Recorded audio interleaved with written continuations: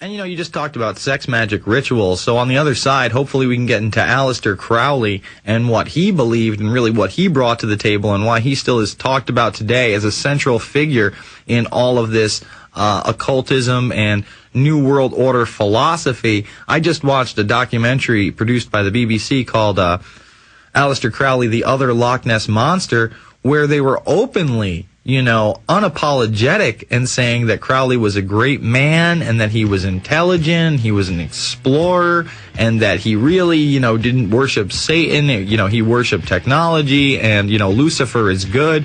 All of this propaganda to try to build him up as some kind of a cult hero.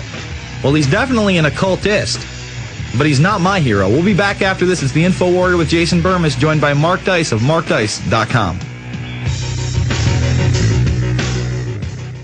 The GCN Radio Network, providing the world with hard-hitting talk radio. GCN, great talk radio starts here. But you're still peasants as far as I can see. Working class. All right, we are back. We're joined by Mark Dice. The new book is The Illuminati, Facts and Fiction.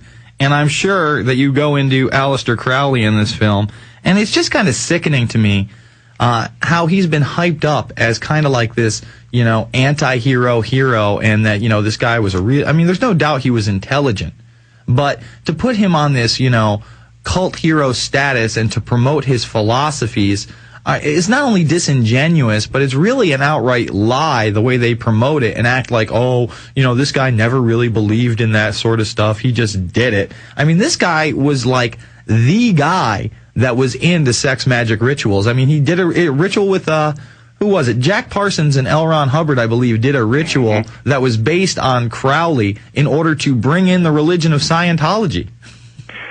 Aleister Crowley is a total dirtbag, drug addict. He died basically broke and homeless. He had STDs. I mean, really just a wreck of a man. And, you know, the purpose of Enlightenment teachings and of spiritual teachings is really supposed to free you from the chains of life and really use your intellect to understand how the world works and your place in it and the morality and the metaphysical rules. And so Aleister Crowley is a total failure in that regard and an utter dirtbag. And I will get back to him and his sex rituals, but I want to make sure that we cover, there's a few more points regarding angels and demons that are very important. Mm-hmm. And you're not going to believe the ending. I'm just going to give it away for you because I don't want anybody to be surprised. And when your friends start talking about angels and demons, you have to understand how big of a whitewash this is. At the crescendo, at the climax, at the very end, it's incredible, and I admire his evil genius at how he was able to do this. So a few other points. The Bilderberg Group financed the Illuminati. It's in the book. He mentions that. So again, he says the Illuminati are a bunch of scientists. He gets the date wrong of when the Illuminati was in existence. He defends the Illuminati on multiple occasions, one time saying, quote, the Illuminati may have believed in the abolition of Christianity, but they wielded their power through political and financial means, not through terrorist acts. Furthermore, the Illuminati had a strict code of morality regarding who they saw as enemies. And so another interesting connection here with Dan Brown himself, and then I'll just give away the ending here, is he was a graduate of Phillips Exeter Academy, which is a private boarding school in the East Coast for the children of the wealthy. And I'm sure maybe none of us have ever been to a boarding school, but it's where you send your kids off to, and they live, and they go to school from, whatever grade to whatever grade. So the Phillips Exeter Academy is from the 9th through 12th grade. So Dan Brown went there. And what's interesting about the Phillips Exeter Academy is it's sort of a grooming ground for the children of the elite and the children of the Illuminati. So they kind of give them their higher education as opposed to us little people have the poor public schools to indoctrinate us. So this is where they get the real teachings about how the world actually works, which is kept from us. Well, what's also interesting about the Phillips Exeter Academy is that John D. Rockefeller's right-hand man and the guy that had the second most shares in Standard Oil back in the 1900s was this guy named Edward Harkness. So, again, he was the number 2 man in Standard Oil, John D. Rockefeller's right-hand man. John D. Rockefeller, big Illuminati guy, his family still to this day is involved. And so in 1930, this man, Edward Harkness, donated $5.8 million to the school under the condition that their method of teaching the students would be changed to what he called the Aristotelian method of antiquity. Okay, so Aristotle was a student of Plato, for those philosopher buffs out there. And Plato, while he had some great ideas, Plato is really the source of a lot of people for the lost city of Atlantis, but also Plato had this interesting idea of philosopher kings, where he believed that certain people with hyper-enlightenment would be able to rule over the masses and would know better than the people.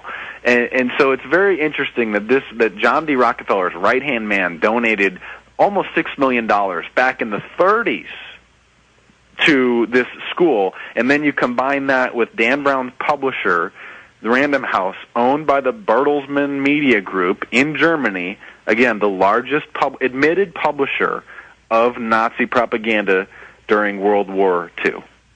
Yeah, it's a lot of interesting coincidences, Mark. Obviously, they're all just coincidences that they teach the school of thought where the ends justifies the means and the masses should be ruled over by their leaders, by their gods. And, he puts this out there. And like I said, you are right in the fact that this is going to blow the Illuminati up to another level, bring it into the pop culture consciousness. And then anytime we try to talk about, the Bilderberg Group and beyond that into the New World Order and then into the Illuminati. Oh, you watched that movie. You're crazy. It's kind of like what they did with the Freemasons with those 2 Nick Cage movies. Oh, this is even worse, and I'm gonna give away the climax right here. So he talks about the New World Order and the Internet and the Illuminati and the dollar bill and the Bilderberg Group and all this stuff, and the Illuminati is going to blow up the Catholic Church as retribution for suppressing them and for torturing non-Christians back in the day. And then at the very end, it turns out that there really is no such thing as the Illuminati, because it really did go into existence, and it was one man, it was one sick, demented Vatican official that stole the antimatter and then plotted to blow up the Vatican, and then hired one man to kill some of these officials, some of these cardinals, and then it just turns out that the Illuminati really did go into extinction, and this man was just playing off of everybody's fears and conspiracy theories. So what you're telling me is the Illuminati doesn't exist, and it's an insider in the Vatican that's actually doing this and using the fear from the Illuminati, mythos in order to carry out his plot. Yes, and it's not, the Vatican is not directly involved. It's just one man. It's one man that was angry that people were losing their faith in God, and so he had orchestrated this whole thing to make this big media spectacle to blow up the Vatican, and then at the last minute he decides that he's going to save the Vatican, and then it turns out that God and the Christians in the Vatican are actually victorious over the evil Illuminati, but then it's actually exposed that the Illuminati doesn't exist and that he was behind it, and that it turns out that Robert Langdon, this character, fell for the whole scam, and wow, I guess we were all just a little too paranoid on those internet conspiracy theories. That is just awful. I didn't even know that, and that is 10 times more awful, because you're right. I mean, it is going to be a lot worse. And you talk about the Illuminati, oh, they were gone, man. Didn't you see that movie? Done. It builds it up like they really exist. They still exist. They've been in existence, and then, no, I guess they really don't exist anymore. It's all right. Fascinating. I really admire the evil genius of Dan Brown and the Illuminati promoters for promoting this. And the multi-millions of dollars he has due to these books and now movies. I mean, he's got to be worth at least $100, $200 mil. Oh, yeah, well, his newest book, The Lost Symbol, is having a first print run of 5 million copies. So, I mean, my God. Right there, he probably made at least another 10 or 15 million just off the book, not to mention the movie rights and everything. It's insane. It is insane. That is an insane number. All right, well, we still got a little bit of time in this big segment. So let's talk about Aleister Crowley and how he is involved in this new book, The Illuminati, Facts and Fiction. Now, again, you got it right on the head. People admire Aleister Crowley and think that he was this genius, and he really didn't worship Satan. He was just tapping into the supernatural. And I'm all for. I appreciate every spiritual path, every religious viewpoint. But Aleister Crowley was a dirtbag, and there's a saying in Christianity that judge a tree by its fruit. So whatever spiritual path you choose, if you choose one at all, it's supposed to make you a better person, and it's supposed to help you make the world a better place and help you to become an understanding with your place as a person in this life.